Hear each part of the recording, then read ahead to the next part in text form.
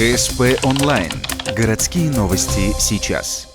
Среда, 10:00. Общественная приемная главы Республики Коми. Прямая линия с элементами круглого стола. Посвящена Всемирному дню защиты прав потребителей. Главная тема – как исключить антибиотики из меню.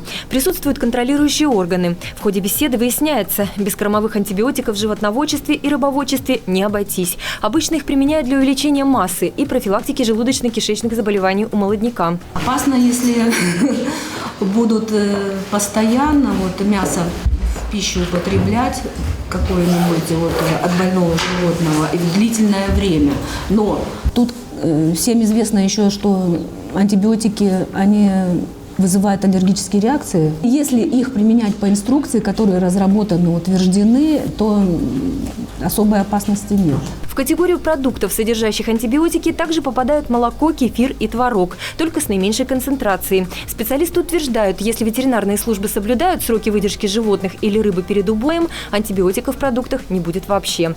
Продукты без ветсанэкспертизы реализовывать нельзя. На всю реализуемую продукцию, которая находится на потребительском рынке города Ухты, необходимо обращать внимание, чтобы обязательно были документы, подтверждающие качество и безопасность реализуемой продукции. В полную силу вступает в силу технический регламент Таможенного союза о безопасности пищевой продукции, мясной и молочной. В любой момент потребитель имеет право посмотреть декларацию о соответствии этих продуктов, документы, подтверждающие их качество и безопасность. Сотрудники Роспотребнадзора настоятельно рекомендуют обращать внимание на маркировку, а конкретно смотреть наименование продукции и дату ее конечной реализации.